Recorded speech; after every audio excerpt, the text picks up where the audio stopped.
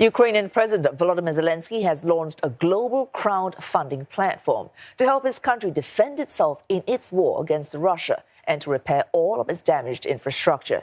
He's urging people to donate to United 24 to save and help rebuild Ukraine. Moscow's battling for control of the last Ukrainian stronghold in the besieged city of Mariupol. The Kremlin claims humanitarian corridors are open for evacuation, but there are also reports of heavy fighting in the region. Bloody battles are raging in Mariupol as Russia tries to oust the last of Ukraine's fighters holding out at the Azovstal steel plant. The Kremlin has denied reports that it has stormed into the site. There are suggestions that Moscow's troops are already inside the steelworks plant. But it's unclear how accurate these reports are. It's believed about 200 civilians are sheltering under the plant. Hundreds of people have been evacuated from the hard-hit region in recent days. Kyiv says rescuing those still trapped in the port city has become the government's top priority. Там ще залишаються цивільні, жінки, діти. Щоб вдалося їх врятувати, потрібно продовження режиму тиші. Українська сторона готова його забезпечити, потрібен час, щоб просто підняти людей з тих підвалів, з тих укриттів під землею. В наявних умовах не можемо використовувати спеціальну техніку, щоб розчистити завали. Все робиться вручну. Але ми віримо, що все вдасться.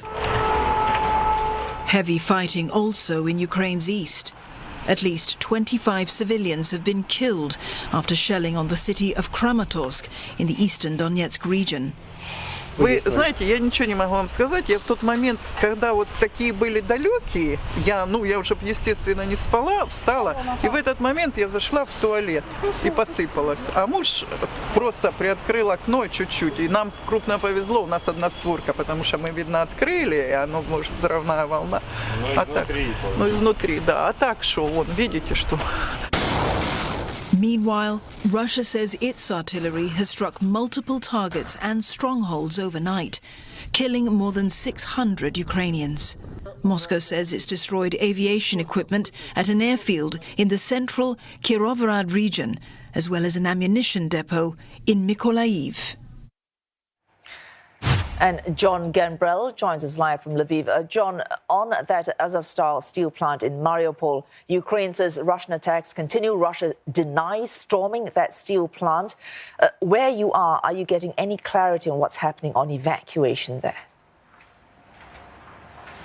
Just in the last couple of minutes, we had a Ukrainian official, one of the advisors to President Zelenskyy, come out on state television here and say that those inside of the steel mill had repelled the Russians who had gone inside of it. Now, we're still getting details about what exactly he means by repelled, but the Ukrainians in the last day or two had said that the Russians had stormed the facility, apparently in an attempt to rout those inside. You have to remember that this is the last bastion that these Ukrainian fighters have in that surrounded area, in that city.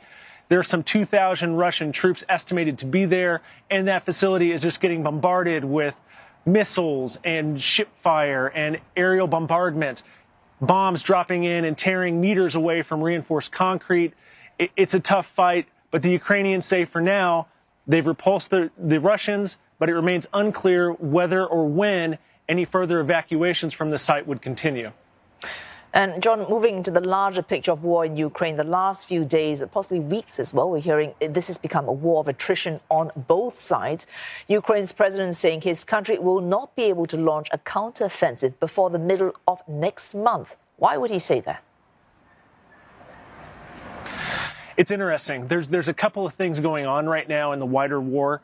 There's a concern that on May 9th, which is coming up, which is Victory Day, when Russia marks the Soviet Union's defeat of Germany in World War II, that President Putin may come out and offer remarks on potentially widening the war or escalating or changing sort of the status quo that we see right now. That's led to concerns by Ukrainian officials that there could be more coming. However, at the same time, we have seen Ukrainians armed with long-range weapons, including drones and American-made howitzers, which are changing the nature of the war that we see in the East. The Ukrainians have dug in, and in recent days, the Ukrainians and U.S. officials say that they were able to push the Russians back some 40 kilometers from Kharkiv. That's the second largest city in Ukraine. That's up towards its northeast, and that's a major push. And if the further they can push the Russians away, the less shelling can reach Kharkiv. And the Ukrainians, armed with this increasing weaponry, may be able to start this offensive sooner. Oh, thanks for that. John Gambrell reporting to us there from Lviv. Japanese Prime Minister Fumio Kishida says that he condemns Russia's invasion of Ukraine as a war crime. He says Japan will use nuclear power to help cut its dependence on Russian energy. Mr. Kishida has met his British counterpart, Boris Johnson, in London. The Japanese leader is on the last stop of his whirlwind 8-day, 5-nation tour of Southeast Asia and Europe. He touted his upgraded version of a more sustainable capitalism, which will keep Japan a trading and investment powerhouse. 日本経済はこれからも力強く成長を続ける。安心して日本に投資してほしい。Invest in Kishida です。Giles Gibson joins us live now from London for more. Giles, Mr. Kishida once again condemning Russia's invasion of Ukraine. Japan and the UK, of course, share a close defence relationship. But do we expect Mr. Kishida to work in more specific ways with the UK to perhaps exert more pressure on President Putin to put an end to Moscow's war?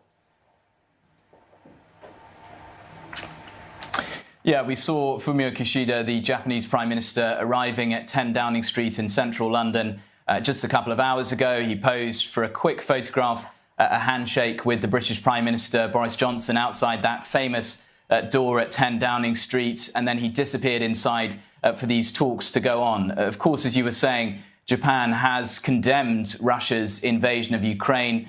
Really a bit of an outlier in the region in terms of, if you think of, for example, the response from China, which has abstained on several votes at the United Nations that would have condemned the invasion of Ukraine.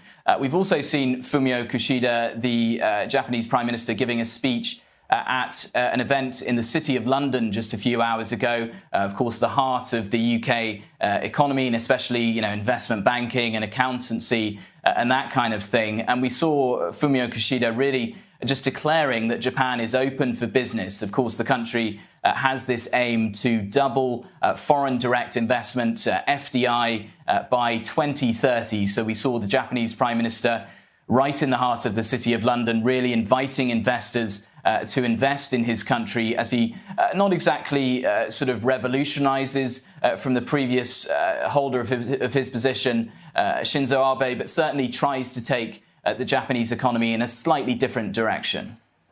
And Giles, there's also a new defence deal on the table. What do we know about it? And why is it so important for Britain and Japan at this stage?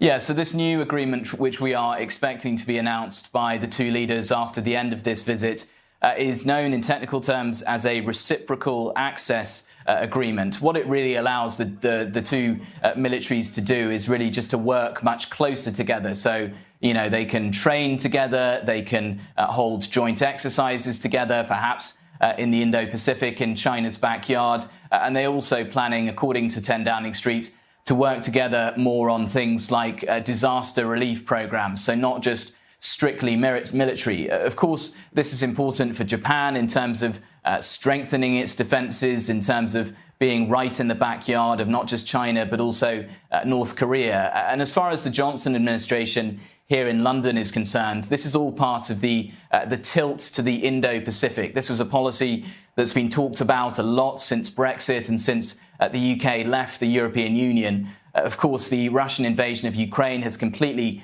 just changed the security landscape in Europe overnight. But we are still, despite that conflict breaking out right in the same continent as the UK, we are still seeing the Johnson administration, the UK government, focusing on this tilt to the Indo-Pacific by doing things exactly like this, just focusing on strengthening ties with partners such as Japan and Australia in the region. Giles, thank you. Giles Gibson there in London.